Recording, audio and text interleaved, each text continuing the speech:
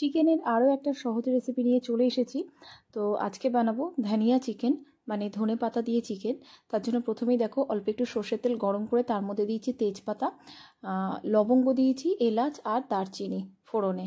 এরপরে এর মধ্যে দিয়ে দেবো বেশ কিছুটা পেঁয়াজ কুচি। তো পেঁয়াজটা একদম মিহি করে আমি কুচিয়ে নিয়েছি। তো পেঁয়াজটা দেওয়ার পরে সামান্য একটু নুন এটার মধ্যে আমি অ্যাড করে দিলাম। এবারে কিন্তু পেঁয়াজটাকে আমি বেশ কিছুক্ষণ নাড়াচাড়া করব, খুব বেশি না, তবে হালকা ভাজা ভাজা হলেই এটার মধ্যে আমি দিয়ে দেবো আদা রসুন পেস্ট।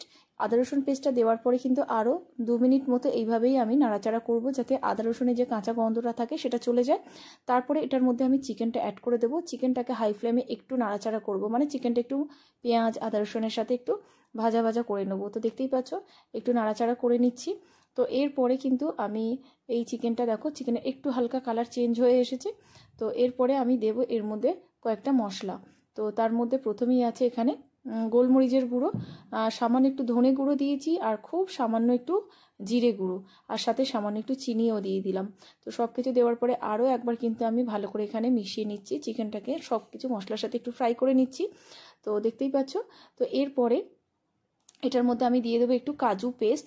তো কাজুটাকে আমি অল্প একটু জল দিয়ে প্রথমে ভিজিয়ে রেখেছিলাম, তো তারপর একটু পেস্ট বানিয়ে নিয়েছি, তো সেটা দিয়ে দিলাম। আর সামান্য একটু জল আমি ওই মিক্সির বাটি ধুয়ে দিয়ে দিয়েছি। তো সব কিছু দেওয়ার পরে কিন্তু আমি গ্যাসটা একটু স্লোতে দিয়ে ওটাকে নাড়াচাড়া করছি, ততক্ষণ একটা পেস্ট বানাবো, যার জন্য এখানে দেখো মিক্সির বাটি নিয়েছি এর মধ্যে কাঁচা লঙ্কা দুটো ঝালের জন্য। তো ঝাল যে যেরকম খাবে সেইভাবে বাড়াবে বা কমাবে। তো এখানে আমি দুটো নিলাম। তার সাথে নিয়েছি বেশ কিছুটা, মানে বেশ অনেকটাই ধনেপাতা, আর তার সাথে সামান্য একটু লেবুর রস। তো দেখো এটাকে একটু পেস্ট করে নিয়েছি। প্রথমে একটু পেস্ট হচ্ছিল না, তো আমি মিডিলে একটু ঢাকনাটা খুলে অল্প একটু জল অ্যাড করে এটাকে পেস্ট বানিয়ে নিয়েছি। ততক্ষণে দেখো চিকেনটা বেশ কিছুক্ষণ রান্না হয়ে গেছে, মানে অনেকটাই হয়ে এসেছে। তো এরপরে আমি ওই ধনে পাতার যে পেস্টটা সেটা আমি এটার মধ্যে পুরোটা অ্যাড করে দিচ্ছি। দেওয়ার পর দেখো ভালো করে মিশিয়ে নেব। তো এরপরে কিন্তু এই মিক্সির বাটি ধুয়ে আমি আরও সামান্য একটু জল এটার মধ্যে অ্যাড করব। খুব বেশি জল কিন্তু এই রান্নাটার মধ্যে যাবে না, তো খুব সামান্য একটু জল দেখো আমি দিয়ে দিলাম। টোটাল বলা যেতে পারে হাফ কাপ মতোই আমি জল অ্যাড করেছি। তো সব কিছু দিয়ে দেখো আবারও একবার নাড়াচাড়া করে নিচ্ছি। তো এবারে এটার মধ্যে কিন্তু আমাকে একটু নুন দিতে হবে, কারণ নুন দিইনি প্রথমে, পেঁয়াজ ভাজার সময় সামান্য একটু নুন দিয়েছিলাম, তারপর নুন দিইনি। তো এরপরে কিন্তু আমি পরিমাণ মতো নুনটা দেওয়ার পরে এটাকে আরও একবার ভালো করে আমি মিশিয়ে নিচ্ছি।